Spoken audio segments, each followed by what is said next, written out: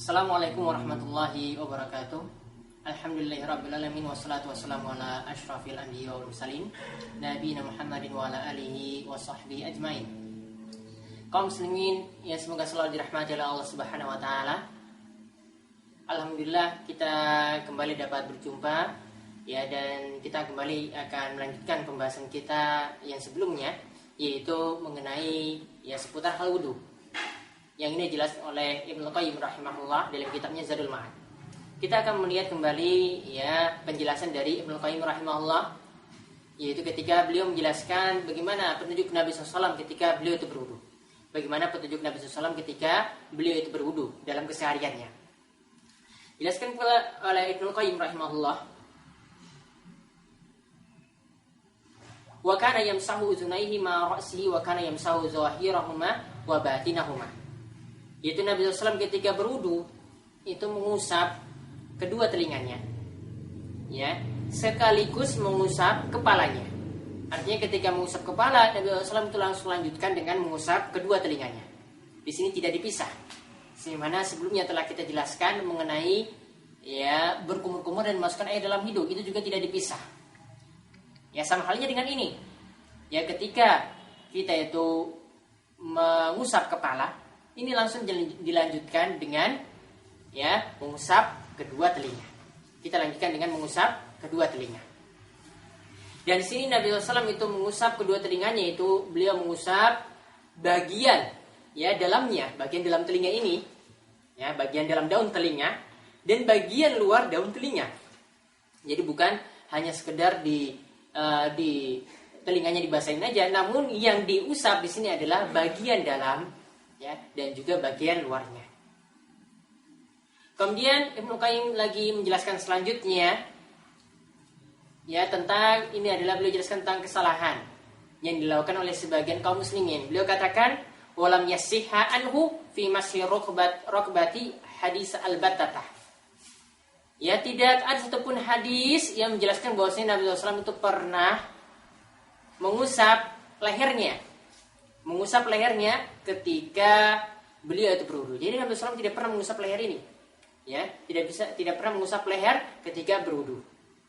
Jadi ini merupakan suatu kesalahan yang dilakukan oleh sebagian kaum muslimin karena tidak ada petunjuknya dari Nabi SAW dalam hal ini. Pada Nabi SAW itu bersabda, "Man amila amalan laisa alaihi amruna fahuwa raddun." Barang siapa yang melakukan suatu amalan yang tidak ada tuntunan ya dari kami, ya maka amalan tersebut tertolak. Kemudian Ibnu Qayyim lagi menjelaskan, ini juga ya, ini adalah penjelasan mengenai apa yang dilakukan di awal wudu. Apakah mesti membaca niat ketika itu? Artinya niatnya itu dilafazkan, ya seperti nawaitul wudu'ah. Di sini Ibnu Qayyim itu menjelaskan walam yahfaz anhu annahu kana yaqulu ala wudu'i syai'an ghairu tasmiyati fi awwalihi. Dan tidak pernah dijelaskan dari Nabi Sallallahu Alaihi Wasallam bahwasanya Nabi SAW itu biasa mengucapkan di awal wudunya satu perkataan pun ya selain ucapan tasmiyah. Ya selain ucapan tasmiyah.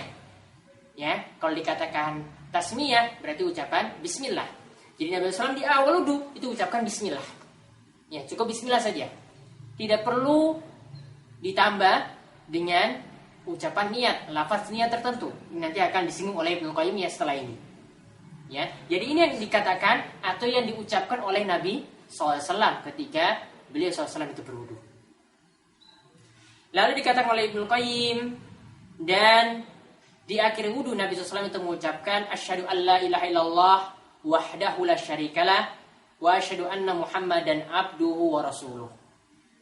Ya, ini yang dijelaskan dalam riwayat Muslim. Kemudian di akhir wudu Nabi SAW itu menambahkan lagi Allahumma ja'alni minat tawwabina wa ja'alni minal mutatahhirin.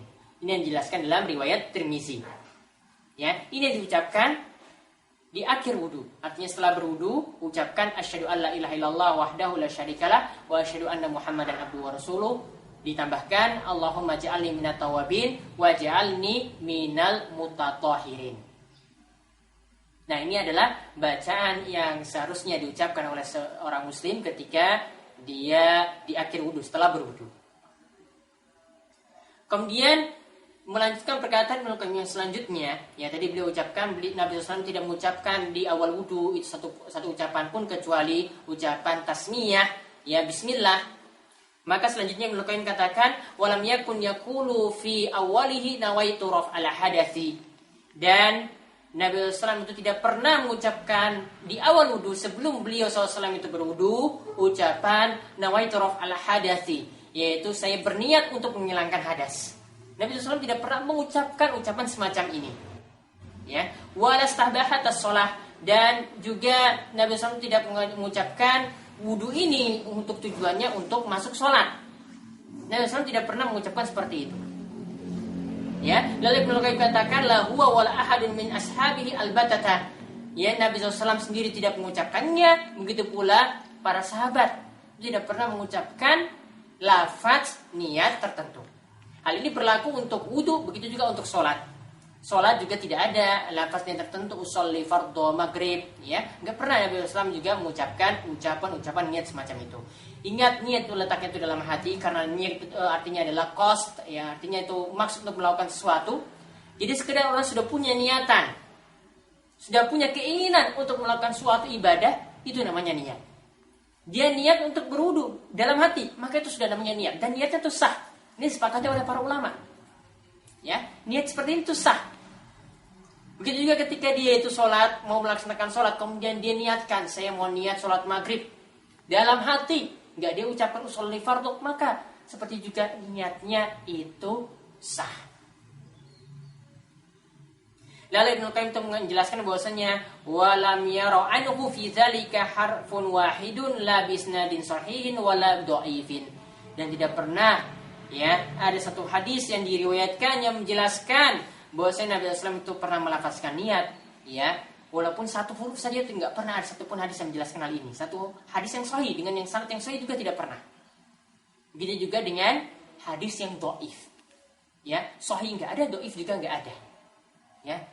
Boleh jadi mungkin ada dalam hadis dhaif tentang, ya, melafazkan niat, namun nggak ada, kata Ibnu Qayyim rahimahullah.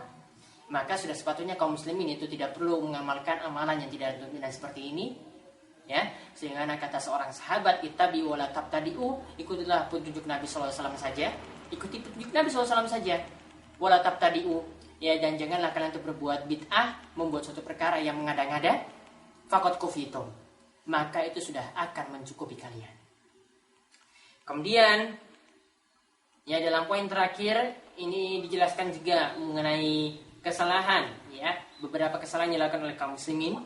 Sini Ibnu Qayyim katakan walam yatajawaz as-salas qattun wa kadzalika lam yasbut anhu annahu tajawaz al-mirfaqaini wal ka'baini. Nabi sallallahu itu ketika berwudu itu tidak pernah membasuh atau mengusap anggota-anggota wudunya itu lebih daripada 3 kali. Jadi kalau 3 kali itu sudah maksimal. Ya, kita boleh 2 kali atau sekali itu boleh, namun jangan lebih sampai 3 kali, karena ini termasuk orang yang berlebih-lebihan ketika dia itu berwudu. Dan Nabi SAW juga ketika berwudu tidak pernah mencuci atau mengusap anggota wudunya. Misalnya ketika mencuci kaki itu lebih daripada mata kaki, ya, lebih daripada mata kaki sampai betis atau mungkin sampai pahanya, itu tidak pernah. Ya, sampai mata kaki, sampai mata kaki. Dan Nabi SAW juga ketika mencuci tangan sampai sikunya, ya, nggak pernah lebih daripada siku, ya, tidak pernah lebih daripada siku, ya.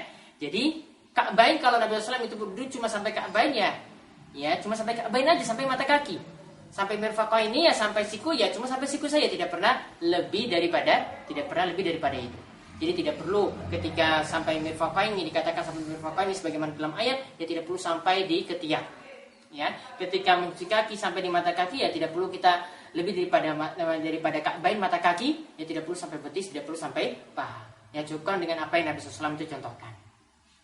Kemudian Ibnu Qayyim menjelaskan wa kana yukhallilu lihiyatahu wa lam yakun yuwazzab ala zalika. Ya, Nabi SAW itu ketika berwudu itu biasa menyela-nyela jenggotnya jika dia itu memiliki jenggot, ya, yang lebat. Ya, namun dikatakan oleh Ibnu Qayyim di sini, namun ini tidak jadi rutinitas. Ya, cuma sekali saja ketika beliau SAW itu berwudu. Ya, kemudian yang dijelaskan lagi oleh Ibnu Qayyim yang terakhir, ya, wa kana yukhallilu aswabi'ahu wa ya'muru bidzalika. Nabi SAW itu biasa menyela-nyela jari jemarinya. Ya, jari jemarinya ini beliau SAW itu ya biasa mencucinya juga. Jadi bukan hanya tangan aja atau kakinya saja, namun celah-celah jarinya juga itu dicuci. Ya, celah-celah jarinya itu dicuci. Dan dikatakan di sini wa ya'muru bidzalika, Nabi SAW juga memerintahkan yang demikian. Ya, memerintahkan yang demikian. Inilah yang dijelaskan dalam riwayat yang dijelaskan dalam kitab-kitab sunan. Ya, demikian ini penjelasan ringkas dari Ibnu Qayyim. Ini seputar tata cara wudu yang disampaikan oleh Nabi SAW dan juga beberapa poin kesalahan yang biasa dilakukan oleh kaum muslimin. Yang mudah-mudahan Allah Subhanahu wa taala senantiasa memberi taufik kepada kita supaya kita bisa mengikuti petunjuknya dalam beribadah, ya, bukan hanya dalam wudu saja namun dalam ibadah-ibadah yang lainnya. Gitu pula mudah-mudahan Nabi SAW, mudah-mudahan Allah Subhanahu wa taala juga memudahkan kepada kita untuk selalu ya menambah setiap harinya, menambah bekal-bekal ilmu yang lainnya, dan mudah-mudahan kita dimudahkan untuk menggapai surga Allah Subhanahu wa taala. Ya, demikian yang kami sampaikan. Subhanakallahumma bihamdika asyhadu an la ilaha illa anta astaghfiruka wa atubu ilaik. Assalamualaikum warahmatullahi wabarakatuh.